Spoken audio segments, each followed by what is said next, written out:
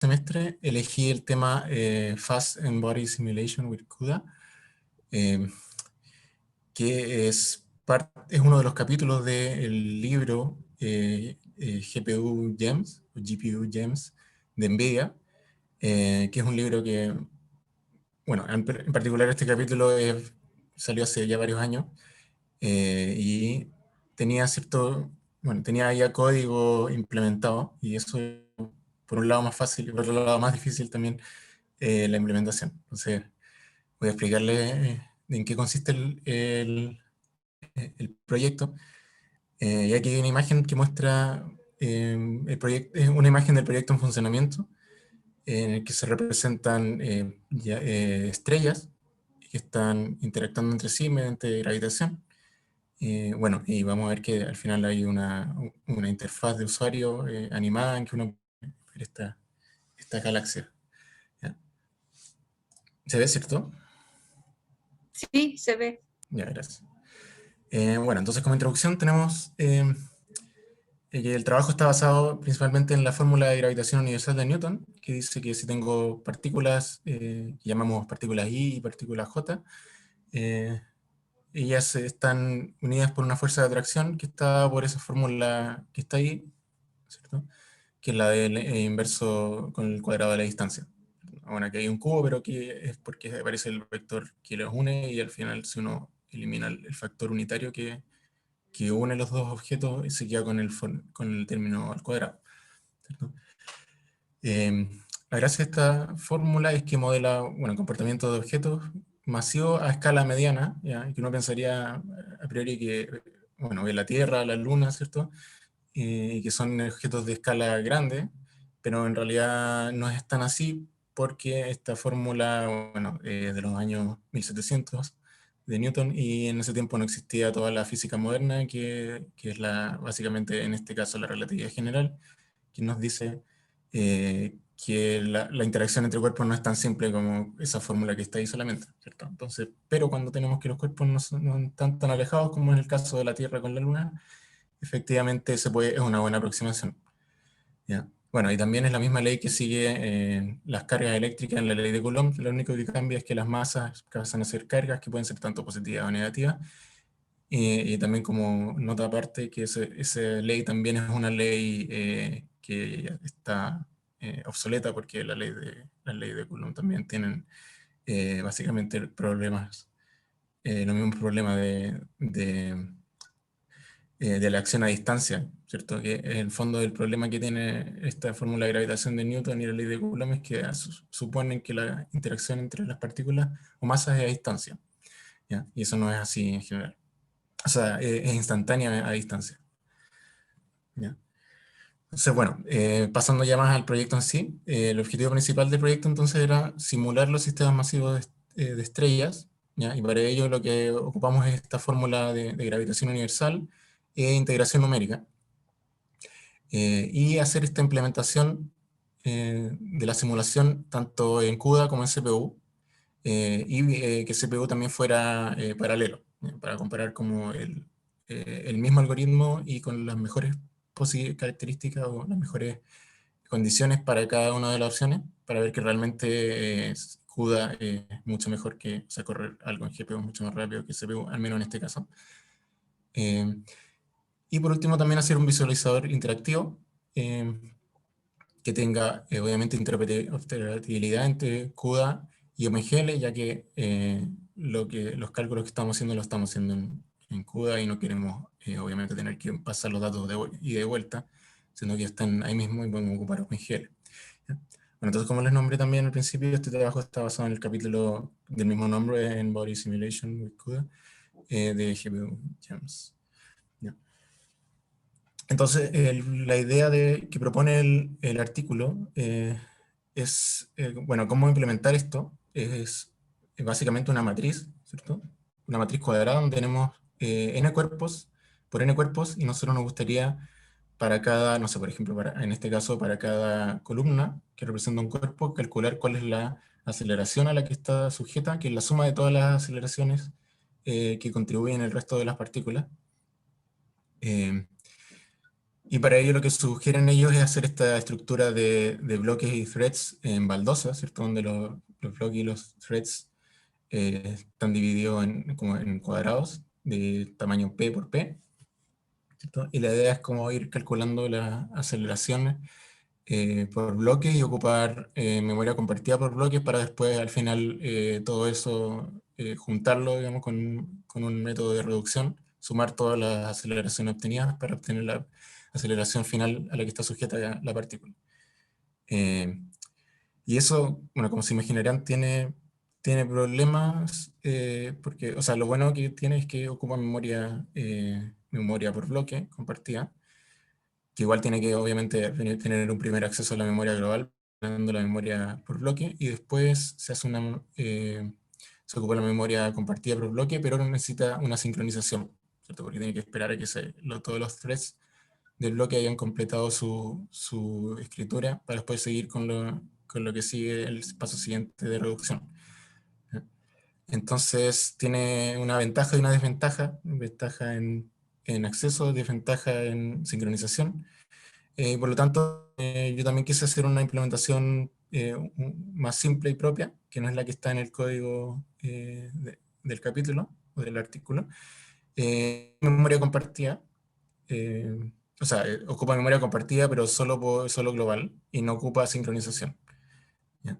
Entonces la idea aquí es que cada partícula, o sea, que cada thread se encarga de calcular la aceleración para una partícula. Eh, Y bueno, ambas ocupan un thread para el cálculo por partícula, la diferencia es en esta estrategia de memoria. Y ambas ocupan también la estrategia de doble buffering, porque tenemos las posiciones, bueno, tenemos buffers de dos cosas, tenemos buffer de posición y de velocidad, representan igual, eh, porque para hacer la integración numérica tenemos que calcular la aceleración y después, a partir de la posición y la velocidad, podemos calcular la siguiente aceleración y la siguiente velocidad y hacer un swap de los buffers. Entonces, bueno, las principales dificultades que encontré en esto fue que la implementación de referencia, como les dije al principio, o como le adelanté, es antigua. Por lo tanto, toda la API de CUDA, desde el momento en que se publicó este código hasta ahora, había cambiado y muchas cosas dejaron de funcionar. Incluso cosas del lenguaje C++ ya no funcionaban, así que tuve que estudiar en detalle el código que ellos presentaban y reimplementar algunas cosas. También que me fue difícil debuguear en CUDA, porque bueno, yo estaba trabajando en Cleon y ahí no es tan fácil debuguear. O sea, básicamente tuve que hacer mucha prueba y error. Em, Otro problema es que las masas cercanas se ven retardadas porque cuando están muy cerca, entonces la fórmula del inverso cuadrado explota, y eso es problemático, y entonces al final lo que uno hace es que tiene que agregar un branching en cualquier caso, eh, que dice que si están muy cerca entonces no se atraen, que es básicamente como que actuaran como la misma partícula casi. Eh, y lo otro es que también quería para comprobar para comprobar realmente que las condiciones fueran exactamente las mismas para CUDA y GPU, o sea, y CPU, es que los resultados obtenidos sean exactamente los mismos en ambas plataformas, y por lo tanto tuve que estudiar bien cómo funcionan las operaciones que está corriendo CUDA y CPU y ver que realmente cumplen, en este caso, el estándar de puntos, de números de puntos flotantes, para que así en cada paso los resultados que se van obteniendo sean los mismos. ¿Ya? Entonces aquí hice un video, o sea, podría mostrar la presentación, la aplicación corriendo, pero no quería embarrarla, así que hice un video de una buena instancia. Eh, Aquí se ve, todavía no está andando, inicialmente es el cúmulo de partículas más o menos juntas, pero tienen distintas velocidades y van a empezar a moverse. Las velocidades iniciales apuntan hacia afuera, pero en perpendicular hacia el centro, entonces van a empezar rotando y alejándose entre ellas. ¿Ya? Así que van a partir. Está. Las partículas empiezan a juntarse en ciertos cúmulos y se ve como más o menos una estructura de formación de galaxias.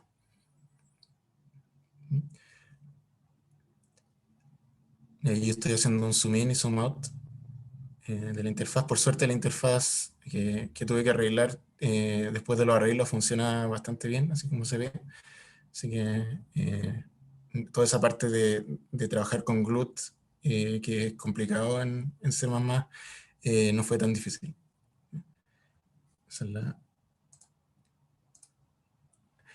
es bueno, y finalmente tenemos un resultado. Efectivamente comprobé que las implementaciones en CUDA y CPU obtienen los mismos resultados paso a paso, ¿ya?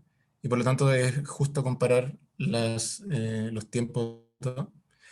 Estas fueron mis condiciones de prueba.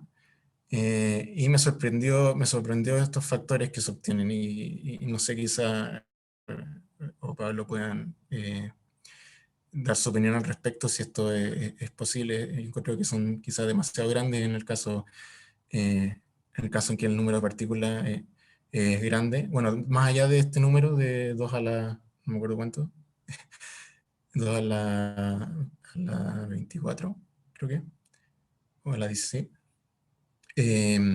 Ya, esto que está acá, o sea, quizá me falta ponerlo, lo que está acá son el número de flops, operaciones de puntos flotantes por segundo, de cada una de las arquitecturas.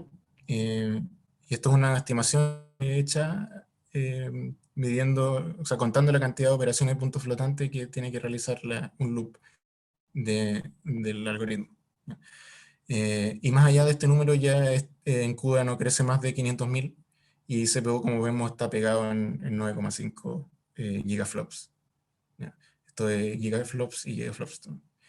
Por lo tanto, el factor que se obtiene es como del orden de 50.000 de aceleración. ¿Ya?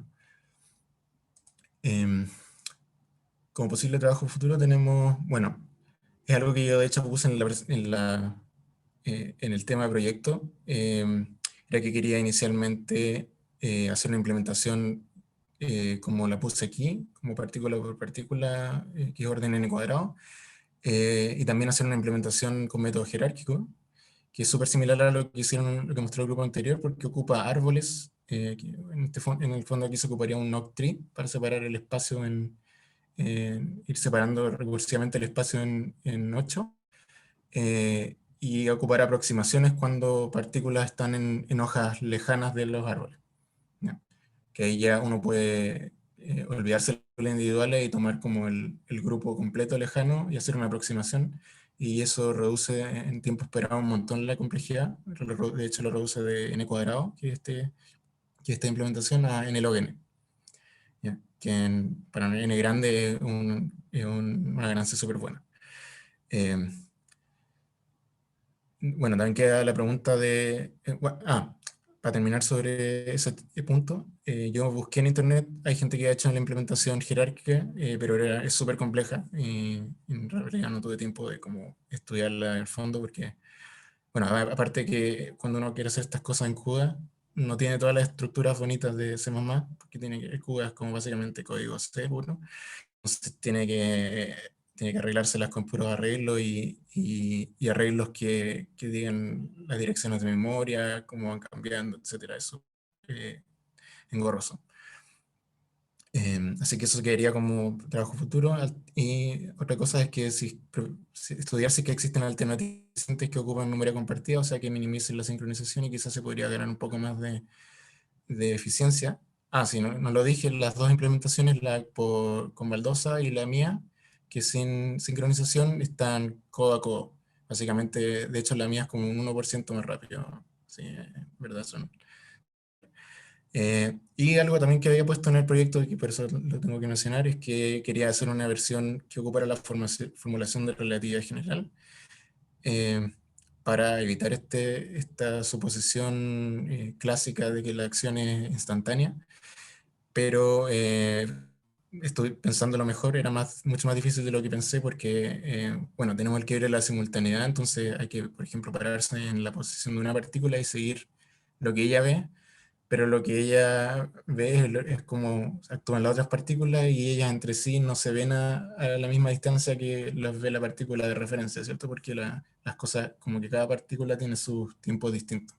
Eso es el problema del quiebre de simultaneidad. Entonces es como súper complicado hacer esto bien. ¿ya? Pero lo chévere es que si se lograra hacer, uno podría, por ejemplo, ver el efecto de que haya hoyos negros en el sistema, ¿ya? Donde ahí ya, si uno entra en el hoyo negro, por ejemplo, ya esa partícula se deja ver desde afuera y desde adentro ocurren cosas muy, muy locas. Así que eso sería. Muchas gracias.